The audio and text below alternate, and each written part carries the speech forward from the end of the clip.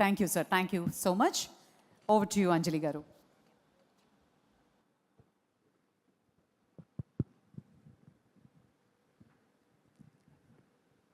నమస్కారం సార్. నమస్తే అండి.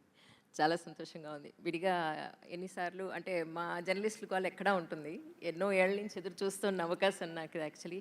Thank you so much once again waiting news. And Anant sir, మీకు కూడా అంజలి గారు వద్దండి అంటే వాళ్ళు మాత్రం ఏం చేయలేరు, నాకు కూడా అవకాశం రాదు కాబట్టి you accepted it. Thank you so much for this sir, really. My pleasure. 15 నిమిషాలు టైం ఇచ్చారు, ఆల్రెడీ 14 నిమిషాలు చూపిస్తేస్తుంది. సార్, యాక్చువల్లీ మీరు అండర్-19 క్రికెటర్గా ఉన్నప్పటి నుంచి యాజ్ ఆన్ టుడే వరకు కూడా మీ ఫిట్నెస్ని ఏ రోజు వదులుకోలేదు. సో పోలీస్ డిపార్ట్మెంట్లో మనకి ప్రస్తుతానికి 19,000 ఖాళీలు భర్తీ కాబోతున్నాయి. సో వాళ్ళందరినీ దృష్టిలో పెట్టుకొని, ఆల్రెడీ ఉన్న వాళ్ళని దృష్టిలో పెట్టుకొని 16 గంటలు పైగా పనిచేస్తున్న పోలీస్ డిపార్ట్మెంట్ వారందరి ఆరోగ్యాన్ని దృష్టిలో పెట్టుకొని మీ ఫిట్నెస్ విషయంలో వాళ్ళకి ఏం చెప్తారు? ఇప్పుడు పోలీస్ టాపిక్స్ వదిలేసి మీరు ఫస్ట్ నా ఫిట్నెస్ గురించి అడుగుతున్నారు. సంతోషం. ఎందుకంటే మా వృత్తిలో ఇది చాలా ముఖ్యం. ఆ స్ట్రెస్ తట్టుకోవాలంటే, ఎటువంటి జబ్బులు రాకుండా ఉండాలంటే ఈ ఫిట్నెస్ గురించి కొద్దిగా శ్రద్ధ తీసుకుంటే సరిపోతుంది. నేను లాస్ట్ 33 ఇయర్స్ నుండి నా వెయిట్ 75-76 మధ్యనే ఉంది. 1 కేజీ ఇటు కాదు, 1 గ్రామ్ అటు కాదు. అది కాన్షియస్గా మెయింటైన్ చేసుకుంటూ వచ్చాను. ఎందుకంటే తక్కువైపోతే మసిల్ లాస్, ఎక్కువైపోతే మళ్ళీ కొద్దిగా యాక్టివ్గా ఏదైతే స్పోర్ట్స్ ఇప్పుడు కూడా నేను పాల్గొంటున్నాను. క్రికెట్ మ్యాచెస్ ఆడుతుంటాను. లాస్ట్ ఇయర్ లీగ్స్ ఇప్పుడు కూడా లీగ్ క్రికెట్ ఆడుతున్నాను. లాస్ట్ ఇయర్ 5 సెంచరీస్ కూడా కొట్టాను. దెన్ టెన్నిస్ టోర్నమెంట్స్ ఆడుతుంటాను, సింగిల్స్. దెన్ గోల్ఫ్ ఆడుతుంటాను. ఇవన్నీ తట్టుకోవడానికి వెయిట్ ట్రైనింగ్ చేస్తాను. 3 sessions week at least weight training చేస్తుంటాను. సో కొద్దిగా ఆహారం ఏదైతే ఉందో, ఆ 4 వైట్స్ ఎప్పుడో కట్ చేశాను చాలా రోజుల నుండి. 4 వైట్స్ ఏంటి? షుగర్, సాల్ట్, మైదా, అది కూడా వైట్ ఉంటుంది, అండ్ రైస్ కూడా వైట్ ఉంటుంది. చాలామందికి అంటే ఇది జీర్ణించుకునే శక్తి ఉండకపోవచ్చు ఈ మాట, కానీ రైస్ వల్ల కూడా చాలా ఎక్కువ, అంటే కొద్దిగా మొత్తంలో తీసుకోవడం ఏం కాదు, కానీ ఏ సంఖ్యలో మనము తీసుకుంటామో అది కొద్దిగా హానికరం. గ్లూకోజ్ లెవెల్స్ ఇవన్నీ పెరుగుతాయి. సో ఇవన్నీ కూడా కొద్దిగా శ్రద్ధ వహించి మనం ఏం తింటున్నామో కొద్దిగా జాగ్రత్తగా చూసి చేస్తే అన్నీ ఉంటాయని నేను అనుకుంటున్నాను. డిపార్ట్మెంట్లో కూడా నేను హైదరాబాద్ సిపిగా ఉన్నప్పుడు ఫిట్ కోఆప్ అని ఒక ప్రోగ్రామ్ స్టార్ట్ చేశాము. సో ఏంటంటే మొత్తం 20,000 మంది ఎవరైతే ఉన్నారో వారంతా ప్రొఫైలింగ్ చేసి with the help of helping hand foundation అని ఒక ఎన్జిఓ ఉంది. ముజ్తబా అస్కరీ గారు నేతృత్వం.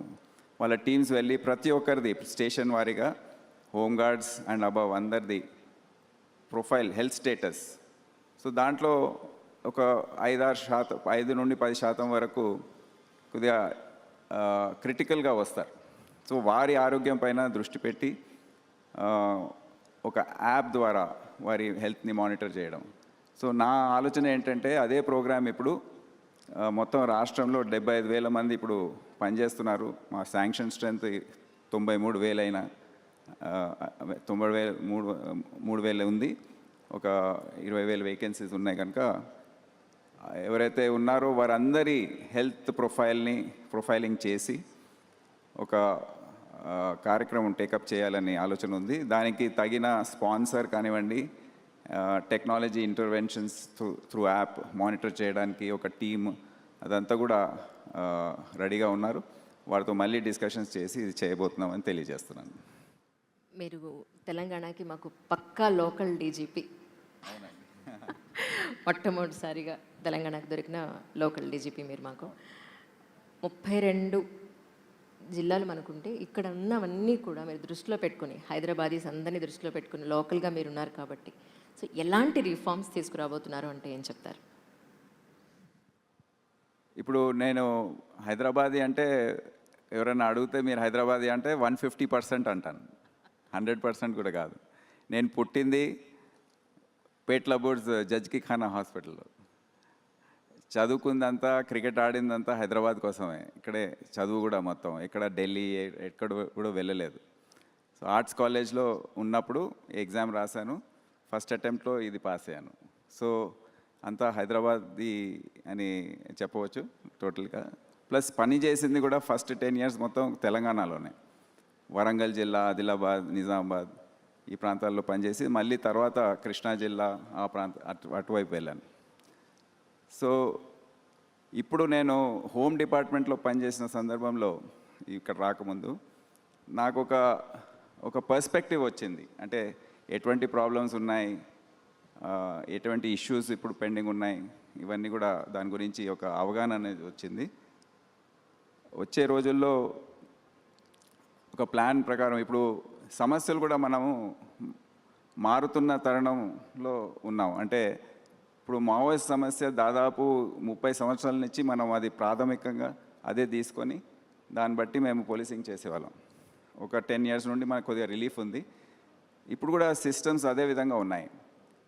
మనకు ఇప్పుడు ఉన్న సమస్యలు వేరే విధంగా మనకు ఉత్పన్నం అవుతున్నాయి. ఫర్ ఇన్స్టెన్స్ నార్కోటిక్స్ ఇప్పుడు చాలా సీరియస్ ప్రాబ్లం ఇది. ఎవరికి కూడా దీని నుండి మినహాయింపు లేదు.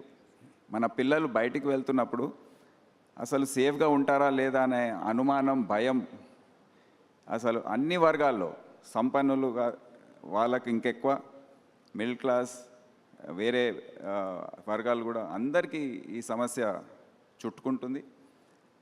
గ్రామీణ ప్రాంతాల్లో ఈ సమస్య విస్తరించిందని మనకు అందరు తెలుసు, టౌన్స్లో, సిటీస్లో. సో ఇది మనకు పోలీస్కి, సమాజానికి ఇది చాలా ఉన్నతమైన ఒక ఛాలెంజ్గా మారింది. ఫస్ట్ అది చూసుకునే అవసరం ఉంది.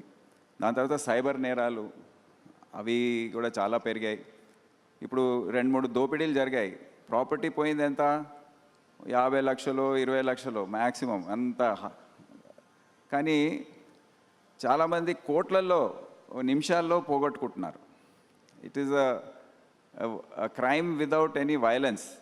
డిస్టెన్స్, ఎక్కడో దూరం కూర్చొని ఆన్లైన్లో ఇవన్నీ మోసాలు చేయడం, చాలామంది వారి జీవితంలో సంపాదించిన ఏమున్నాయో అన్నీ కూడా సేవింగ్స్ అవన్నీ కూడా పోగొట్టుకుంటున్నారు. సో అది కూడా ఛాలెంజ్, ఒక చాలా పెద్ద ఛాలెంజ్. ట్రాఫిక్ సమస్యలు ఇప్పుడు చాలా పెరిగాయి. అర్బనైజేషన్ జరుగుతూ ఉంటే మనం చూస్తున్నాం ఇదే ప్రాంతంలో ఏ విధంగా ట్రాఫిక్ జామ్స్, సైబరాబాద్, హైదరాబాద్లో, పట్టణాల్లో కూడా. సో ట్రాఫిక్ సమస్యలు, న్యాచురల్ డిజాస్టర్స్, ఇటువంటివి ఏదైతే సమాజానికి ఏదైతే సమస్యలు ఉన్నాయో అది పోలీసుని ఎక్స్పెక్ట్ చేస్తారు పబ్లిక్, ఈ ట్యాకిల్ చేయాలని, వాళ్ళకి రిలీఫ్ రావడానికి. సో అటువంటి అంశాలపైన ప్రత్యేకంగా మేము దృష్టి పెట్టబోతున్నాము. దానికి తగిన మార్పులు ఏవైతే we have to prepare the department to face these challenges. Outlook, sensitization ఇదంతా కూడా చేసే అవసరం ఉంది.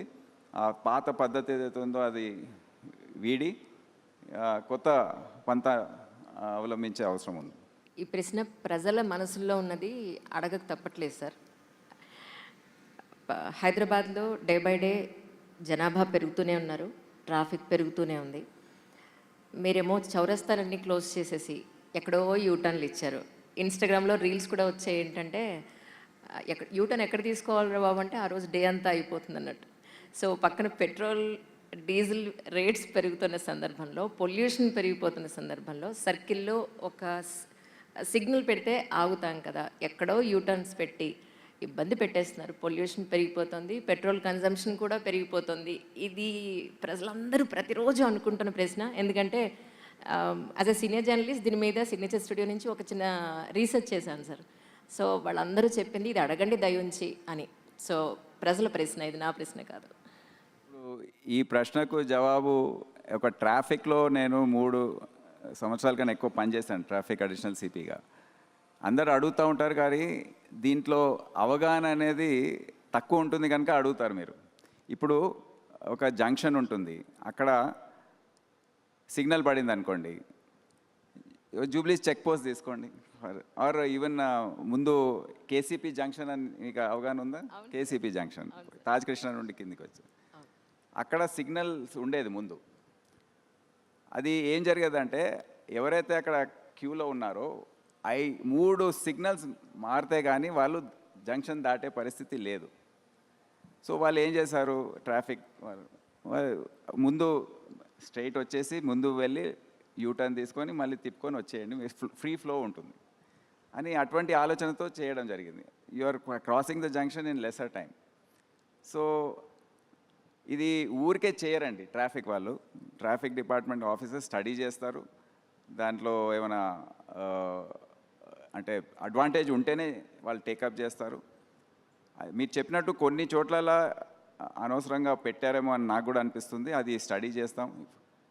ఒక ఉదాహరణ, నేను లాస్ట్ టైం కమిషనర్ ఆఫ్ పోలీస్గా ఉన్నప్పుడు తార్నాక జంక్షన్లో పబ్లిక్ ధర్నా చేసి అక్కడ వాళ్ళు జంక్షన్ పెట్టించారు, మళ్ళీ పెట్టించారు.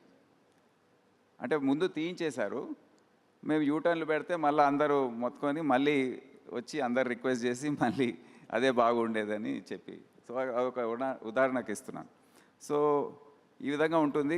చాలా technical subject, traffic flows, traffic volumes అనేది అర్థం చేసుకోవడం చాలా కష్టం. It's a very technical. మేము కొద్దిగా ప్రొఫెషనల్స్ సహాయం తీసుకొని ఈ ఒక traffic management and road safety bureau అనేది రాష్ట్రంలో ఏర్పాటు చేయమని ముఖ్యమంత్రి గారు కూడా ఆదేశాలు ఇచ్చారు. ఎందుకంటే ఈ సమస్య ప్రజలకు ఇప్పుడు ఇబ్బందికరంగా మారింది కనుక ఒక రాష్ట్ర వ్యాప్తంగా ఏవైతే ట్రాఫిక్ ప్రాక్టీసెస్ ఉన్నాయో, అంటే ఎన్ఫోర్స్మెంట్ కానివ్వండి, ఇంజనీరింగ్ కానివ్వండి, ఎడ్యుకేషన్, ట్రాఫిక్ గురించి, రూల్స్ గురించి, రోడ్ సేఫ్టీ, దాదాపు 7,500 మంది ప్రతి సంవత్సరం చనిపోతున్నారు రోడ్ యాక్సిడెంట్స్లో మన రాష్ట్రంలో. దేశవ్యాప్తంగా 1,75,000 మంది వాళ్ళ ప్రాణాలు కోల్పోతున్నారు రోడ్ యాక్సిడెంట్స్లో. సో ఇది పూర్తిగా నివారించకపోయినా కొద్దిగా కంట్రోల్ తీసుకొచ్చి కొద్దిగా డిసిప్లిన్ తీసుకురావాలంటే రాష్ట్ర వ్యాప్తంగా ఒక బ్యూరో ద్వారా స్టాండర్డైజ్ ప్రాక్టీసెస్, ఏవైతే రోడ్స్ టర్నింగ్స్ ఎక్కడైతే జరుగుతున్నాయో యాక్సిడెంట్స్, అన్ని హాట్స్పాట్స్ లాగా ఐడెంటిఫై చేసి అక్కడ ఏమైనా ఇంజనీరింగ్ చేంజెస్ తీసుకురాగలిగితే అది చేయడం, ఇవన్నీ కూడా మేము ఇప్పుడు ప్రతిపాదిస్తున్నాం. ఆ బ్యూరో తొందరలో ఏర్పాటు కాబోతుంది. దానికి తగిన రిసోర్సెస్, దాంట్లో ఇంజనీర్స్, R&B నుండి, ట్రాన్స్పోర్ట్ నుండి వీళ్ళందరూ కూడా ఉంటారు. వాళ్ళందరూ ఇటువంటి మెజర్స్ టేకప్ చేసి ట్రాఫిక్ ఎన్ఫోర్స్మెంట్, ఫర్ ఇన్స్టెన్స్ ఒక ఏరియాలో హెల్మెట్ కంపల్సరీ అంటారు, ఇంకో ఏరియాలో హెల్మెట్ మీ ఆప్షన్ అంటారు, కొన్ని ఏరియాస్లో సీట్ బెల్ట్ ఓకే కంపల్సరీ అంటారు, కొంతమంది లేదంటారు. సో ఒకే రాష్ట్రంలో ఈ విధంగా విధానాలు ఉండొద్దు, స్టాండర్డైజ్గా ఉండాలి. అండ్ సీట్ బెల్ట్ గురించి కూడా front seat okay, back seat అవసరం లేదంటారు. కానీ యాక్సిడెంట్స్లో ఎక్కువ శాతం చనిపోయేది బ్యాక్ సీట్ వాళ్ళే. కంపల్సరీగా బ్యాక్ సీట్ వాళ్ళు కూడా సీట్ బెల్ట్ వేసుకోవాలి, అప్పుడే ప్రాణాలు మనం కాపాడుకునే పరిస్థితి ఉంటుంది. సో ఈ విధంగా ఈ బ్యూరో కూడా ఏర్పాటు కాబోతుంది. సో ఇప్పుడు వాహనాల సంఖ్య రోజు రోజుకి పెరుగుతూ ఉంది కనుక మనము అన్లెస్ వేరే పబ్లిక్ ట్రాన్స్పోర్ట్ పెరిగితే కానీ మనకు సమస్య కొద్దిగా తక్కువ అయ్యే అవకాశం లేదు. ఉన్న పరిస్థితుల్లో how best to manage the traffic, better flow, average speed maintain చేయడం అనేది మేము ప్రత్యేకంగా ట్రై చేస్తామని తెలియజేస్తాం. మీ ఉద్దేశ ప్రకారం తెలంగాణలో ప్రస్తుతానికి ఉన్న ముఖ్యమైన సమస్యలు అంటే ఏం చెప్తారు సార్? పోలీస్ పరంగానా? అదే ఇప్పుడే మెన్షన్ చేశాను కదా, మాకు దేశవ్యాప్తంగా ఉన్నట్టు నార్కోటిక్స్, డ్రగ్స్ సమస్య చాలా చాలా తీవ్రంగా ఉంది. అది అంటే ఇప్పుడు ఈగిల్ ఫోర్స్ ఏదైతే ఉందో వాళ్ళు చేసే వర్క్ కొన్ని యూనిట్స్లో ఈ హైదరాబాద్, సైబరాబాద్, మల్కాజ్గిరి వాళ్ళ ఎస్ఓటీస్, వాళ్ళ టాస్క్ ఫోర్సెస్ చేసే పని ద్వారా కొద్దిగా కంట్రోల్ ఉంది, మంచి మంచి గ్యాంగ్స్ పట్టుకుంటున్నారు. కానీ రాష్ట్రంలో అందరూ ఎస్పీలు, సిపిలు అందరూ దీంట్లో వాళ్ళ సహాయం అందించే అవసరం ఉంది. వాళ్ళు కూడా ఈ డ్రగ్స్ పైన ఒక యుద్ధం లాంటిది చేస్తే కానీ మనకు ఇది కంట్రోల్ కాదు. ఇదే కాకుండా సైబర్ క్రైమ్ చెప్పాను, ప్లస్ రొటీన్ క్రైమ్ ఏదైతే ఉంటుందో అది తప్పకుండా అది వాచ్ చేయవలసిందే. అండ్ ఈ రోడ్ యాక్సిడెంట్స్, ట్రాఫిక్ మేనేజ్మెంట్ అనేది మాకు సమస్యగా ఉంటాయని, ప్రయారిటీస్గా ఉంటాయని నేను తెలియజేస్తాను. ఎస్పెషల్లీ డ్రగ్స్ పాయింట్ ఆఫ్ వ్యూలో సార్, స్కూల్స్ కాలేజెస్ వరకు కూడా చాలా ఫ్రీక్వెంట్గా దొరుకుతున్నాయని. సో దీనికి సంబంధించి నేను కాలేజెస్కి వెళ్ళి కనుక్కున్నప్పుడు ప్రైజ్ మనీ కనుక పెడితే, ఎవరైనా ఇలా పట్టుకోండి, ఎవరైనా ఇలా కనుక సప్లై చేస్తుంటే మాకు ఇన్ఫర్మేషన్ ఇవ్వండి, ఫోటో కానీ వీడియో కానీ ఇన్ఫర్మేషన్ ఏదైనా మాకు చెప్పండి, సో పిల్లలు ముందుకు వస్తారు అనేది చాలామంది స్టూడెంట్స్ అనడం జరిగింది. సో డ్రగ్స్ పాయింట్ ఆఫ్ వ్యూలో నెక్స్ట్ జనరేషన్స్ లాస్ అవ్వకుండా ఉండాలంటే మీరు తీసుకునే రిఫార్మ్స్ అంటే ఏం చెప్తారు సార్? ఇప్పుడు మనం అత్యంత ఆందోళన కలిగించే విషయం ఇప్పుడు మన ఎడ్యుకేషనల్ ఇన్స్టిట్యూషన్స్లో ఏదైతే విస్తరిస్తుందో ఈ డ్రగ్స్ సమస్య, అది మనం దాని గురించి చాలా ఆలోచించే అవసరం ఉంది. ముఖ్యంగా ఈ యాంటీ డ్రగ్ కమిటీస్ ఏవైతే ఉన్నాయో ప్రతి ఎడ్యుకేషనల్ ఇన్స్టిట్యూషన్లో కంపల్సరీగా మ్యాండేటరీగా ఉండే విధంగా ఇప్పుడు ముఖ్యమంత్రి గారి స్థాయిలో కూడా డిస్కషన్ జరిగాయి. మేము కూడా నేను ఈగిల్ వాళ్ళ డిపార్ట్మెంట్ రివ్యూ చేశాను, ఆదేశాలు ఇచ్చాను. ఇప్పుడు వర్క్ స్టార్ట్ అయింది. కొత్త జియో మేము తీసుకురావాలి. దాంట్లో it will make it compulsory for all educational institutions to have this anti-drug committee. We may call it safety clubs or whatever name it is given. అయితే వాళ్ళ బాధ్యత అవుతుంది ఇప్పటి నుండి. అడ్మిషన్ తీసుకోకముందు పిల్లల ద్వారా అండర్టేకింగ్, పేరెంట్స్ అండర్టేకింగ్ తీసుకునే అవసరం ఉంటుంది కంపల్సరీగా.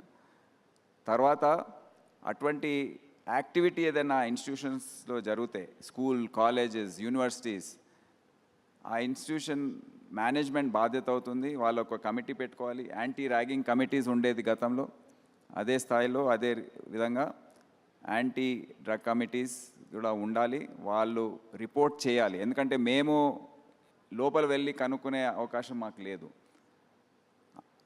దురదృష్టవశాత్తు ఈ ఎడ్యుకేషన్ ఇన్స్టిట్యూషన్స్ వాళ్ళకి తెలిసినా బయటికి చెప్పట్లేదు. ఎందుకంటే వాళ్ళకు రెప్యుటేషన్ లాస్ అవుతుందని. మాకు చెడ్డ పేరు వస్తుంది, మా స్కూల్కి చెడ్డ పేరు వస్తుంది, ఇక్కడ డ్రగ్స్ దొరుకుతాయి, పిల్లలు డ్రగ్స్ తీసుకుంటున్నారంటే ఎవరు అడ్మిషన్కి రారు అనే ఇటువంటి ఆలోచనతో వాళ్ళు బయట చెప్పట్లేదు. కానీ government will make it mandatory for them to disclose this.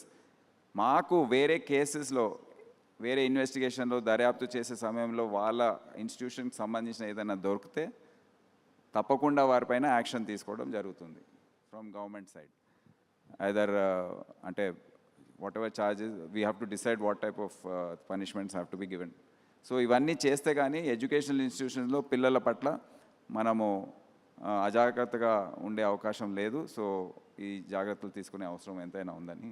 ఇదే కాకుండా అవగాహన కార్యక్రమాలు, అవేర్నెస్ సెషన్స్ ఇంకా విస్తృతంగా ప్రతి వాడలో వెళ్ళి చెప్పడము, ప్రతి ఏరియాలో వెళ్ళి చెప్పడము, ప్రతి జిల్లా ఎస్పీ, కమిషనర్ ఆఫ్ పోలీస్ వాళ్ళు టేకప్ చేయడము, ఇది అంతా చేయాలని అనుకుంటున్నాము. అంటే ఎడ్యుకేషనల్ ఇన్స్టిట్యూట్స్ చుట్టూ ఉన్న ప్రజలు కూడా మాకెందుకులేని వదిలేయకుండా మీ వరకు తీసుకొస్తే వాళ్ళ వంతు బాధ్యతగా బాగుంటుందేమో అనుకుంటున్నాను సార్. అవును, ఎడ్యుకేషన్ అక్కడ ఇప్పుడు పాన్ షాప్స్ కూడా ఉన్నాయి పక్కకు, పాన్ షాప్స్లో కూడా దొరుకుతున్నాయి. సో మొన్న కొన్ని రోజుల క్రితము హైదరాబాద్ సిటీలో కొన్ని ప్రాంతాల్లో ఈ పాన్ షాప్స్ అన్నీ చెక్ చేసి చాలా మెటీరియల్ సీజ్ చేశారు. సో ఆ విధంగా ఈ ఇన్స్టిట్యూషన్స్ చుట్టుపక్కల పరిసర ప్రాంతాల్లో ఏది కూడా ఉండకుండా చర్యలు తీసుకునే దిశలో మేము వెళ్తున్నాం. ఎస్హెచ్ఓస్ అందరినీ విమన్ పెట్టారు, ఎందుకు అని అంటే దానికి రీజన్ ఏమిటి అంటే ఏం చెప్తారు? అందరినీ విమన్ పెట్టారు. యాక్చువల్లీ అందరినీ పెట్టలేదు. నేను నాకు షాక్ అనిపించింది. నేను ఫస్ట్ టైం సిపి అయినప్పుడు 2022లో 21 ఎండ్లో చూస్తే 174 సంవత్సరాల చరిత్రలో హైదరాబాద్ సిటీ పోలీస్ 1847లో ఫస్ట్ స్టార్ట్ అయింది. ఒక్క ఉమెన్ లేడీ ఆఫీసర్ కూడా ఎస్హెచ్ఓగా వేయలేదు. ఎవరు కూడా పోలీస్ స్టేషన్కి ఎస్హెచ్ఓగా పనిచేయలేదు. అంటే ట్రాఫిక్లో చేశారు, వేరే ప్రాంతాల్లో చేశారు, వేరే డిపార్ట్మెంట్, కానీ లా అండ్ ఆర్డర్ ఎస్హెచ్ఓగా ఎవరు చేయలేదు. సో నేను అప్పుడు వచ్చే ఉమెన్స్ డే రోజు, అంటే దాని ముందే ఎక్సర్సైజ్ అంతా చేసి బెస్ట్ ఉమెన్ ఇన్స్పెక్టర్ విల్లింగ్నెస్ తీసుకొని, అంటే ఎస్హెచ్ఓగా అంటే కొద్దిగా 24 గంటలు పనిచేసే అవకాశం ఉండాలి. ఉమెన్ ఆఫీసర్స్కి కొద్దిగా కష్టంగా ఉంటుంది, వాళ్ళు అందరు కూడా రెడీగా ఉండరు. సో ఆ ఆఫీసర్ రెడీగా ఉంది, ఆమెని అక్కడ మధులత అని, ఆమెని అక్కడ లాలాగూడ పోలీస్ స్టేషన్కి ఎస్హెచ్ఓగా వేయడం ఫస్ట్ టైం జరిగింది. దాని తర్వాత నెక్స్ట్ 5-6 మంత్స్లో ఇంకా 4-5 ఒక టోటల్ 5 స్టేషన్స్లో women officers who are willing వాళ్ళని వేయడం జరిగింది. తర్వాత లాస్ట్ టైం నేను గత సంవత్సరం 18 డీసీపీస్ నా దగ్గర పనిచేస్తున్నారు సిటీలో. 9 మంది ఉమెన్ డీసీపీస్ ఉన్నారు. Half 9 of them were and they are holding important zones, north zone, central zone, south zone లాంటి సెన్సిటివ్ జోన్ కూడా వాళ్ళు చేయడం జరిగింది. సిసిఎస్, ఇంకా headquarters, all important things city పోలీస్కి. అండ్ నేను చెప్పదలుచుకున్నాను, వాళ్ళ కొలీగ్ మేల్ ఆఫీసర్స్తో పోల్చుకుంటే ఇంకా చాలా బాగా పనిచేస్తారు. సో దట్స్ వై కొద్దిగా వీ షుడ్ నాట్ డిస్క్రిమినేట్. ఇప్పుడు ఉమెన్ ఎస్ఐస్ వాళ్ళు వచ్చిన సందర్భంలో కూడా లాస్ట్ బ్యాచ్ 98 ఎస్ఐస్ వచ్చారు హైదరాబాద్ సిటీలో. దాంట్లో 32 మంది ఉమెన్ ఎస్ఐస్ ఉన్నారు. వాళ్ళు ఫస్ట్ రిక్వెస్ట్, కొంతమంది ఫస్ట్ డే వచ్చి, సార్ మాకు సైబర్ క్రైమ్లో వేయండి, ఐటీ సెల్లో వేయండి, సిసిఎస్లో వేయండి. ఎందుకమ్మా అంటే, సార్ పెళ్ళి కావట్లేదు, లేకపోతే ఇంట్లో ఒప్పుకోవట్లేదు, లేకపోతే ఆల్రెడీ పెళ్ళి అయిన వారు భర్త ఒప్పుకోవట్లేదు. నేను అందరినీ పిలిపించి కౌన్సిలింగ్ చేశాను. ఫస్ట్ పోస్టింగ్ క్వశ్చనే లేదు, మీరు ఫీల్డ్లో వెళ్ళవలసిందే, ధైర్యం తెచ్చుకోవాలి. ఇక్కడ మీరు ఏం చూసి వచ్చారు, సినిమాల్లో అన్నీ చూసి వచ్చారా, ఇక్కడ కష్టంగా ఇట్లాగే ఉంటుంది, తప్పకుండా మీరు చేయవలసిందే, ధైర్యం తెచ్చుకోవాలి అండ్ చేయాలి. అండ్ ఫ్యూచర్లో కూడా స్టేషన్ ఎస్హెచ్ఓస్గా కూడా మీరు చేయాలని వారికి ప్రోత్సాహం ఇచ్చి పంపించడం జరిగింది. పోలీస్ డిపార్ట్మెంట్లోకి రావాలనుకునే యంగర్ జనరేషన్కి ఇలా మీరు వీటికి సన్నద్ధంగా ఉంటేనే డిపార్ట్మెంట్లోకి రండి అన్న కొన్ని important points, dos and don'ts అంటే ఏం చెప్తారు sir? Police department or government service itself and police department ప్రత్యేకంగా ఈ పబ్లిక్ సర్వీస్ చేయాలనే ఆలోచన కడుపు లోపల నుండి వచ్చే ఒక ఆశ ఏదైతే కొంతమందికి ఉంటుందో, అది లేకపోతే రావద్దని నేను విజ్ఞప్తి చేస్తున్నాను. ఎందుకంటే ఇక్కడ వేరే ఆలోచనతో రావద్దని కూడా నేను పబ్లిక్గా బహిరంగంగా కూడా నేను చెప్పాను. ఇక్కడ ఏదో డబ్బు సంపాదన, లేకపోతే మాకు పవర్ ఉంటుంది, మేము దాన్ని వాడుకొని ప్రజల దగ్గర ఎక్స్ట్రాక్ట్ చేద్దాము, ఆ ఆలోచనతో వస్తే సరే కొన్ని రోజులు నడుస్తుంది, కానీ మీకు చెడ్డ పేరు, ఏదో రోజు ఏసీబీ ట్రాపో సస్పెన్షను ఏదో ఒకటి జరుగుతూ ఉంటుంది. ఇవన్నీ ఇబ్బందులు పడే బదులు మీరు వేరే ఒక పాన్ షాప్ పెట్టుకున్నా దీనికన్నా ఎక్కువ సంపాదించవచ్చు. దయచేసి ఇక్కడ రాకండి. So that is the main thing. ఆ ఇంటెగ్రిటీ, ఆ ప్యాషన్ ఫర్ సర్వీస్ ఉంటే కానీ యూ స్టడీ యువర్ సెల్ఫ్. వేరే ఆప్షన్స్ కూడా ఉన్నాయి కదా. సో మీరు హైలీ ఎడ్యుకేటెడ్. ఇప్పుడు మా కానిస్టేబుల్స్ కూడా చాలామంది PhDs, post graduates, engineering graduates, double degrees. So మీకు వేరే ఉద్యోగాలు కూడా దొరుకుతాయి, ఇక్కడ వచ్చే అవసరమే లేదు. సో ఇదొకటి కూడా ఈ అంచనా వేసుకొని వస్తే బాగుంటుందని. ఎందుకంటే మీకు ఇక్కడ వచ్చి మళ్ళీ వేరే బిజినెస్ పెట్టుకున్నారనుకోండి, ప్రజలకు బాగా ఇబ్బంది కలుగుతుంది, అన్యాయం జరుగుతుంది, అండ్ అఫ్కోర్స్ డిపార్ట్మెంట్ చెడ్డ పేరు వస్తుంది అండ్ గవర్నమెంట్ చెడ్డ పేరు వస్తుంది. Absolutely sir. 2028 మీరు రిటైర్ అయ్యే లోపల నేను ఖచ్చితంగా చేయాలి అనుకున్న కొన్ని ఇంపార్టెంట్ వర్క్స్ అంటే ఏం చెప్తారు సార్? ఇప్పుడు నేను గమనించింది ఏంటంటే, ఒక ఫ్రెండ్లీ పోలీసింగ్ కాన్సెప్ట్ అని పెట్టి మా ఆఫీసర్స్ కొద్దిగా వాళ్ళలో ఉన్న ఆత్మస్థైర్యం, ధైర్యం, కాన్ఫిడెన్స్ ఏదైతే ఉందో వారికి కొద్దిగా కోల్పోయినట్టు కనిపిస్తుంది. నాకు గత 2-3 సంవత్సరాల నుంచి చూస్తున్నాను. ఇప్పుడు ఏంటంటే మనం ఉన్న సామాజిక పరిస్థితుల్లో మనం ఏదో యుఎస్లో, లండన్లో జరుగుతున్న తీసుకొచ్చి ఇక్కడ పైన ఇంపోజ్ చేయడం అనేది తప్పు అని భావిస్తున్నాను. What I believe is in effective police and strong policing. సమాజం కూడా అదే కోరుకుంటుంది. పోలీసింగ్ ఎప్పుడు కూడా గట్టిగా ఉండాలి. ఎవరైతే సంఘ వ్యతిరేక శక్తులు ఉన్నాయో, రౌడీ షీటర్స్ ఉన్నారో, క్రిమినల్స్ ఉన్నారో, వారి పట్ల మనం కఠినంగా వ్యవహరించకపోతే మిగతా 95% జనాభా ఇబ్బంది పడుతుంది. కానీ వాళ్ళని కూడా మర్యాద చేసుకుంటూ ఎవరైతే రూల్స్ ఫాలో చేయరో వాళ్ళ పట్ల కూడా మర్యాదగా మేము okay to a certain extent మేము చట్ట ప్రకారం యాక్షన్ తీసుకోవాలి. What ever is to be done has to be done. ఎందుకంటే మిగతా 90% జనాభాకి రిలీఫ్ రావాలంటే ఇది చాలా అవసరం. So we will keep that in mind. నా ఉద్దేశం ఏది ఉంటుందంటే మా ఆఫీసర్స్ కానిస్టేబుల్ హోంగార్డ్ స్థాయి నుండి పై వరకు ఇప్పుడు డ్రంక్ అండ్ డ్రైవ్ నేను ట్రాఫిక్లో ఉన్నప్పుడు మా హోంగార్డ్స్ కానిస్టేబుల్ చేసేది డ్రంక్ అండ్ డ్రైవ్ అప్పుడే స్టార్ట్ చేసాం. భయపడేది ముందు, కానీ వాళ్ళకి ధైర్యం ఇవ్వాలి. వాళ్ళు చట్ట ప్రకారం చేస్తున్నారు కనుక మీరు భయపడే అవసరం లేదు. ఒక్క కానిస్టేబుల్ హోంగార్డ్ కూడా సస్పెండ్ కాలేదు. పెద్ద పెద్ద వీవీఐపీస్ని పట్టుకున్నా. వాళ్ళు ఫోన్లు చేసేవారు కోపంగా, అరే how dare you stop me అని. హౌ డేర్ అంటే వాడు ఉద్యోగం వాడు చేస్తున్నాడు. So we have to support them. So ఈ విధంగా మా పోలీస్ అందరికీ కూడా ఒక ధైర్యం ఇచ్చి సరిగ్గా మీరు చట్ట ప్రకారం న్యాయం చేసే విధంగా పనిచేసి స్ట్రాంగ్గా ఉండండి, ఎఫెక్టివ్గా ఉండండి. ఒక effective police which includes friendly police అంటే దాంట్లో ఒక భాగం అది. అందరితో పోలీస్ స్టేషన్ వచ్చినప్పుడు మర్యాదగా వ్యవహరించడం అనేది అది compulsory. No one can misbehave. ఎవరితో మాట్లాడుతున్నప్పుడు మర్యాదగా మాట్లాడాలి. So it not be a separate నినాదం. కానీ మేము ఎఫెక్టివ్గా గట్టిగా పనిచేయాలని నేను ఏం చేస్తానని తెలియజేస్తాను. That's very nice sir. Really ఇచ్చిన టైం ప్రకారం ఇంకొక ప్రశ్నతో ముగిస్తాను సార్. వాళ్ళు టైం ఎక్స్టెండ్ చేశారు. Thank you so much really. Yes sir, ఈ క్వశ్చన్ సరిపోతుంది మనకి. యాక్చువల్లీ మీ ఉద్దేశం ప్రకారం మీరు పోలీస్ డిపార్ట్మెంట్లోకి ఐపీఎస్ అయిన తర్వాత వచ్చాక మీరు ఒక ఎయిమ్ పెట్టుకునో నేను ఇలా ఉండాలి అనో అనుకున్న దానికి ఇప్పుడు ఇంకొక 2 years రిటైర్ అయ్యే ఈ జర్నీ అంతా చూసుకుంటే ఒక సివిల్ సర్వెంట్ బాధ్యత చాలా పెరిగింది అని అనిపించిందా మీ ఉద్దేశ ప్రకారం? సమాజంలో వాల్యూ తగ్గింది అని అనిపించిందా అంటే మీరేమంటారు సార్? సమాజం అనేది మారుతూ ఉంటుంది. అది ఇప్పుడు ఆ రోజుల్లో ఉన్న సామాజిక విలువలు ఇప్పుడు ఉండకపోవచ్చు. అంటే ఏదో చెడ్డగా అయిపోయానని చెప్పట్లేదు. అది జనరేషనల్ చేంజ్. ఇప్పుడు జెన్ జీ, ఆల్ఫా అంటున్నారు. ఇప్పుడు వారు మన ఇంట్లోనే చూస్తున్నాం మనం ఏ విధంగా వ్యవహరిస్తారు. అదే సేమ్ రిఫ్లెక్షన్ మేము సర్వీస్లో మా కానిస్టేబుల్స్లో, ఆఫీసర్స్లో, ఎస్ఐల్లో, ఐపీఎస్ ఆఫీసర్స్లో కూడా చూస్తున్నాం.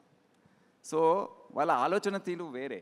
వాళ్ళకు ఉన్న ఇన్ఫర్మేషన్ మాకు ఆ రోజుల్లో దాంట్లో 5-10% కూడా ఉండకపోవచ్చు. వాళ్ళకి ఇప్పుడు ఏదైతే వాళ్ళు సోషల్ మీడియాలో ఇదంతా చూస్తుంటారో వాళ్ళకు చాలా ఎక్కువ ఇన్ఫర్మేషన్ వాళ్ళ దగ్గర ఉంది. వారు ఏ విధంగా అయితే ఇష్యూస్ని చూస్తారో, అర్థం చేసుకుంటారో, totally it's different from what we use to perhaps. So ఇది అర్థం చేసుకోవాలి. ఓవర్ 35 years, నేను నా 35th year సర్వీస్, 3.5 decadesలో అప్పుడు ఈ విధంగా ఉండేది. ఇప్పుడు చూసుకుంటూ వచ్చాం. So we should have the empathy and the large heartedness to understand ఈ మార్పు ఏదైతే ఉందో. ఓకే, ఇప్పుడు ఈ ఎస్పీ ఈ విధంగా వ్యవహరిస్తున్నాడు, ఎందుకు ఊరికే ఆయన వెంటబడద్దు. ఆయన జనరేషన్ ఆ విధంగా ఆలోచిస్తుంది. సో కొద్దిగా ఎంపతితో కొద్దిగా అకామిడేషన్ చేస్తూ వారిని గైడ్ చేసి సరైన దారిలో పెట్టడం అనేది ఉద్దేశంగా ఉంటుంది. అండ్ కొద్దిగా నేను ఏసీబీలో కూడా పనిచేశాను. అప్పుడు చాలా కంప్లైంట్స్ వచ్చేది. ఆలోచించేది నేను, అది ఎందుకు ఇంత తొందరపడుతున్నారు వీళ్ళు, ఏంటి, ఎందుకు, అవసరమా? కానీ వాళ్ళ ఆలోచన వేరే తీరుగా ఉంది. మేము ఆ రోజుల్లో ఇప్పటివరకు ధైర్యం కూడా చేయలేదు. ఓకే, సో ఈ విధంగా we have to understand, put them on the right path. And definitely ఈ జనరేషనల్ చేంజ్ ఏదైతే ఉందో, ఆలోచన తీరు ఏదైతే ఉందో అది అర్థం చేసుకునే అవసరం ఎంతైనా ఉంది. Thank you so much sir. Once again such a wonderful conversation. మరొక్కసారి వేటు న్యూస్ వారికి కూడా నా ధన్యవాదాలు తెలియజేసుకుంటున్నాను. Thank you sir. Once again thank you so much. Thank you very much, sir. DGP's blueprint for Telangana a decade from now. ఈ అద్భుతమైన